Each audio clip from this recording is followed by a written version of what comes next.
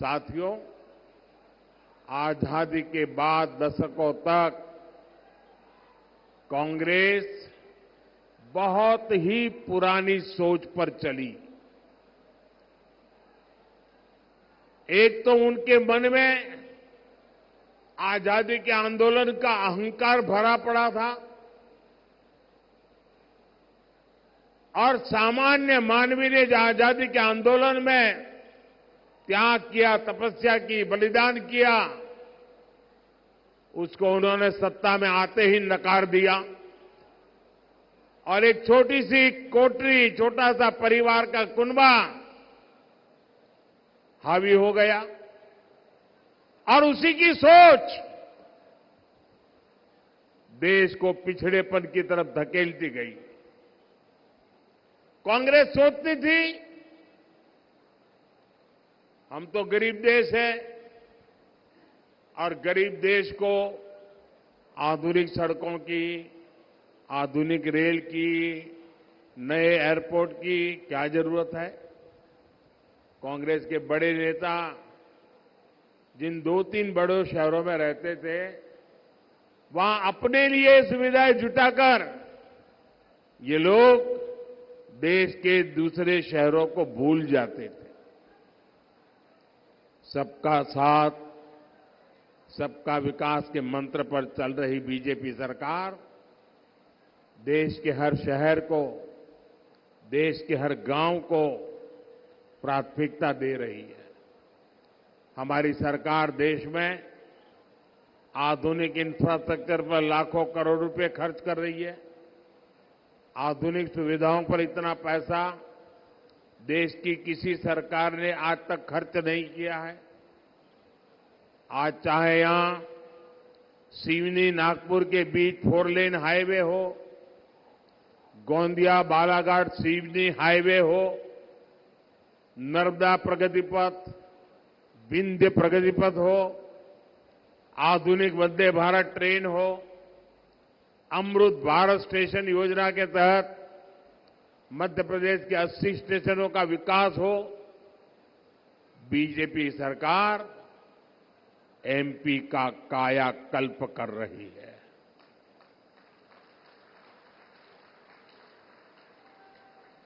बालाघाट से गोंदिया वाली जिस ब्रॉडगेज रेलवे लाइन की नींव करीब 30 साल पहले रखी गई थी, उसे भी ये मोदी ने आकर के पूरा किया।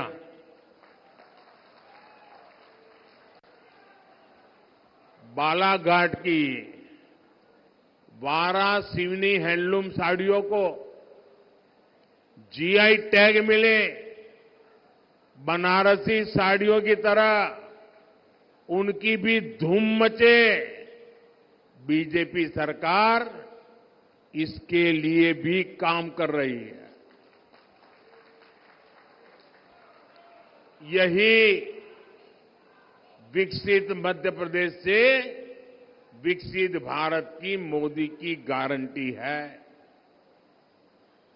ये बदलाव केवल 10 वर्षों की मेहनत का परिणाम है। इतना सारा हुआ है, लेकिन मोदी का तो यही कहना है कि ये तो अभी ट्रेलर है।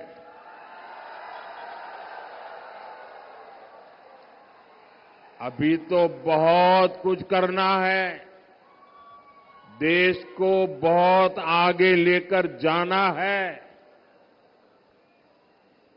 भाइयों बहनों, आप मेरी जिंदगी को जानते हैं, बहुत बारीकी से आपने मुझे बराबर देखा है, तरासा है।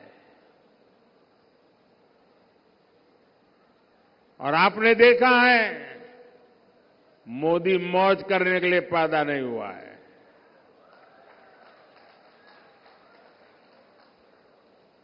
मोदी मेहनत करता है क्योंकि उसके लक्ष्य बहुत बड़े हैं, देश के लिए है, आपके लिए है, आपके बच्चों के उज्जवल भविष्य के लिए है। और ये मेहनत इसलिए कर रहा हूं। जब इतना सारा काम हुआ तो लोग कहते हैं मोदी जी आप उसको ट्रेलर क्यों कहते हैं, इतना सारा कर लिया। अब मैं गांव की भाषा में अगर समझाना है तो मैं यही कहता हूं कि आपने देखा होगा गांव में दिवाली के दिनों में बड़ा रॉकेट छोड़ना है, बहुत ऊंचे जाने वाला रॉकेट छोड़ना है, तो बच्चे क्या करते हैं, पहले वो फुलझड़ी होती है ना, उसको जलाते हैं, फिर दूर से फुलझड़ी से उस रॉकेट को अग्नि देते हैं और फिर रॉकेट उड़ता है। होता है ना ऐसा होता है ना। अब फुलझड़ी देख करके भी लगता तो है वाह वाह बहुत बढ़िया पटाखे फूट रहे हैं, लेकिन उसका लक्ष्य तो उस रॉकेट को ऊपर ले जाना होता है।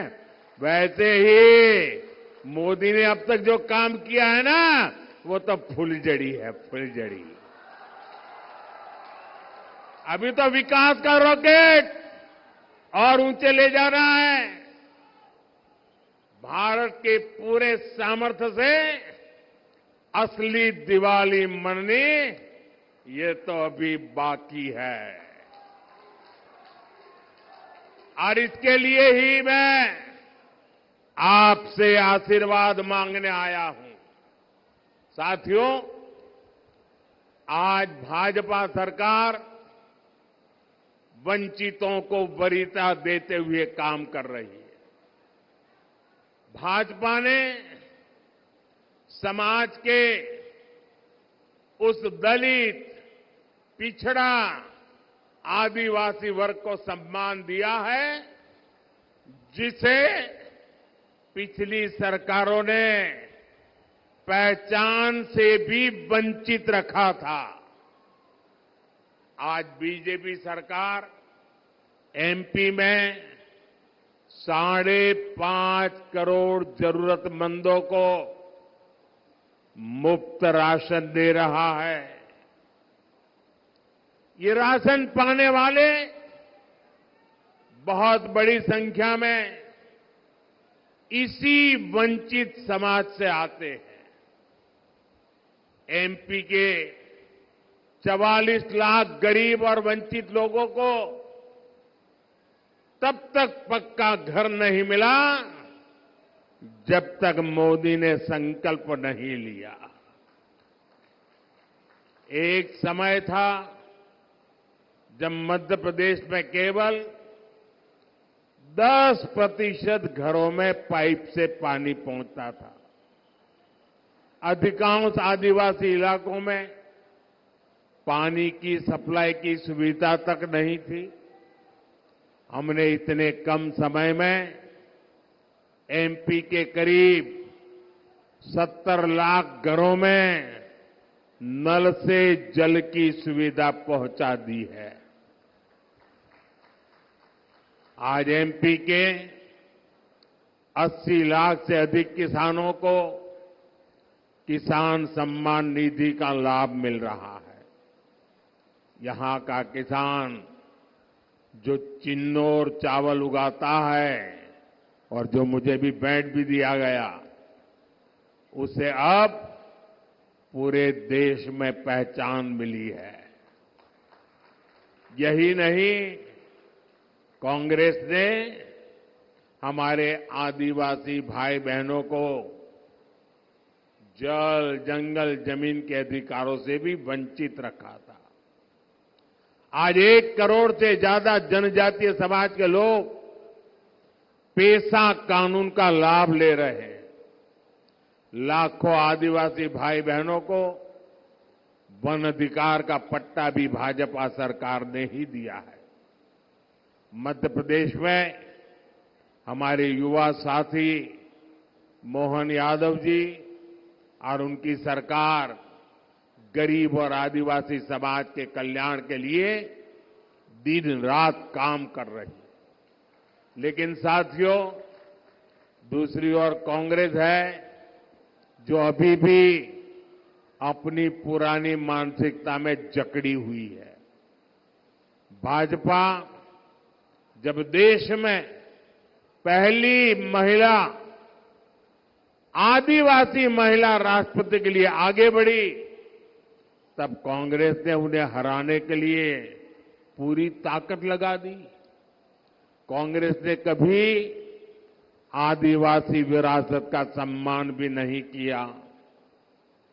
कांग्रेस ने तो गोविंद गुरु जैसे क्रांतिकारियों को स्वतंत्रता सेनानी का दर्जा तक नहीं दिया था।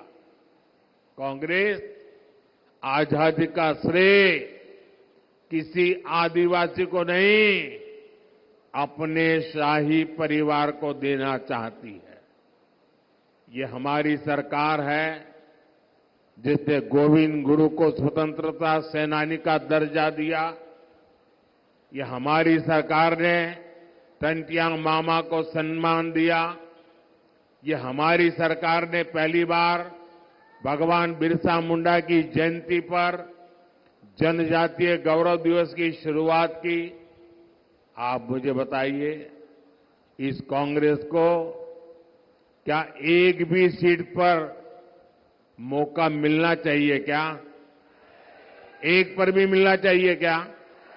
पूरी तरह क्लीन करना चाहिए कि नहीं करना चाहिए? साथियों, कांग्रेस ने अब आजकल एक इंडी अलायंस बनाकर देश के खिलाफ बिगुल फूंक दिया है। ये लोग आपस में एक दूसरे से झगड़ते हैं, लेकिन कहते हैं कि मोदी को रोकने के लिए साथ आए हैं, लेकिन असल में उन्हें मोदी को नहीं रखना है।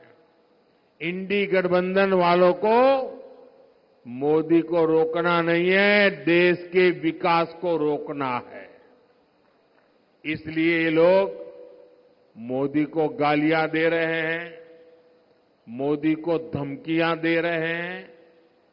मैं अपना सब कुछ छोड़कर देश सेवा के मिशन को लेकर चला हूं। मोदी के लिए मेरा भारत ही मेरा परिवार है। जो लोग अपनी तिजोरियां भरने राजनीति में आए हैं, वो मोदी को धमकी न दें। मोदी तो अपनी कमाई भी देश के काम लगा देने की आदत रखता है। मैं एमपी की धरती से बताना चाहता हूं, मोदी भक्त है महाकाल का।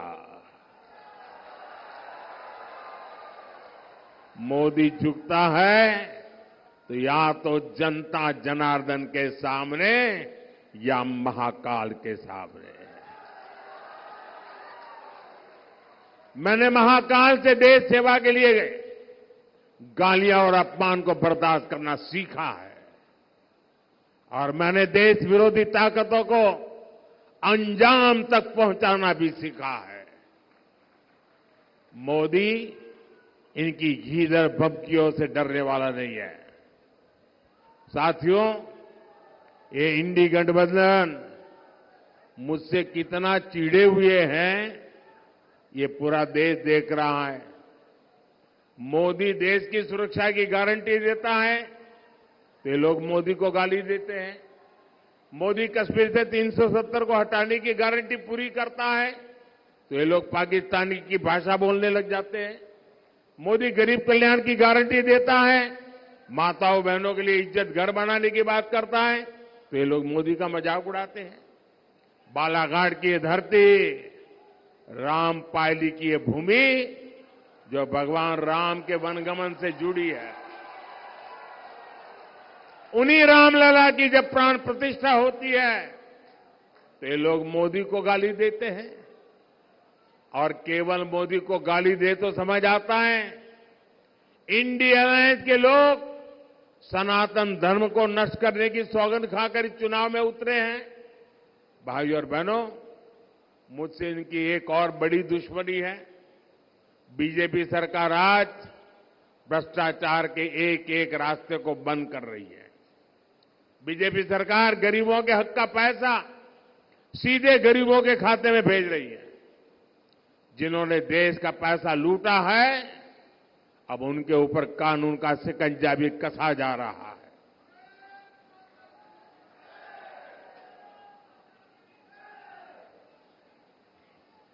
परिवारवादी पार्टियों के नेताओं के पास से खुलेआम सैकड़ों करोड़ रुपए बरामद हो रहे हैं। नोट गिनने वाली मशीनें थक जाती है, बिगड़ जाती है, खराब हो जाती है, लेकिन कांग्रेस पार्टी और इंडी गठबंधन के लोग बिना किसी शर्म के खुलेआम भ्रष्टाचारियों पर कार्रवाई रोकने के लिए रैलियां कर रहे हैं। मैं कहता हूं, भ्रष्टाचार हटाओ। वो कहते हैं भ्रष्टाचारी बचाओ। इंडिया अलायंस में इकट्ठा हुए इन लोगों की मुझसे यही दुश्मनी है, लेकिन मैं आपको गारंटी देता हूं, भ्रष्टाचार का पैसा जिस जिस तिजोरी में गया है उसे मैं बाहर निकाल के रहूंगा।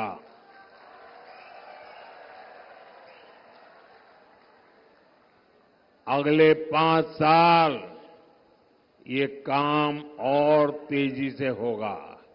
होना चाहिए कि नहीं होना चाहिए? सख्ती से होना चाहिए कि नहीं होना चाहिए? साथियों, तीसरे कार्यकाल में देश बड़े और ऐतिहासिक फैसले ले सके, इसलिए मुझे आपका भरपूर आशीर्वाद चाहिए। बीजेपी ने बालाघाट से श्रीमती भारती पारधी को और मंडला से श्री फगन सिंह कुलस्ते को प्रत्याशी बनाया है।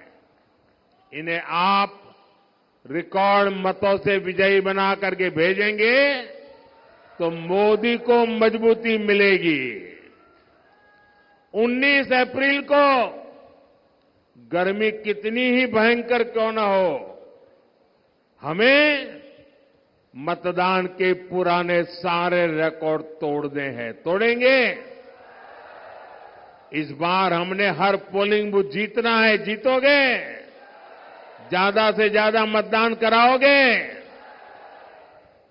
अच्छा, मेरा एक काम करोगे? करोगे? इधर से तो आवाज नहीं आ रही है। करोगे? वो पीछे से आवाज नहीं आ रही। मेरा काम करोगे? पक्का करोगे? लेकिन ये चुनाव वाला काम नहीं है। करोगे? देखिए, 19 अप्रैल तक आप अनेक परिवारों में जाएंगे। जब उन सबको मिलने जाएं तो उनको कहना कि अपने मोदी जी आए थे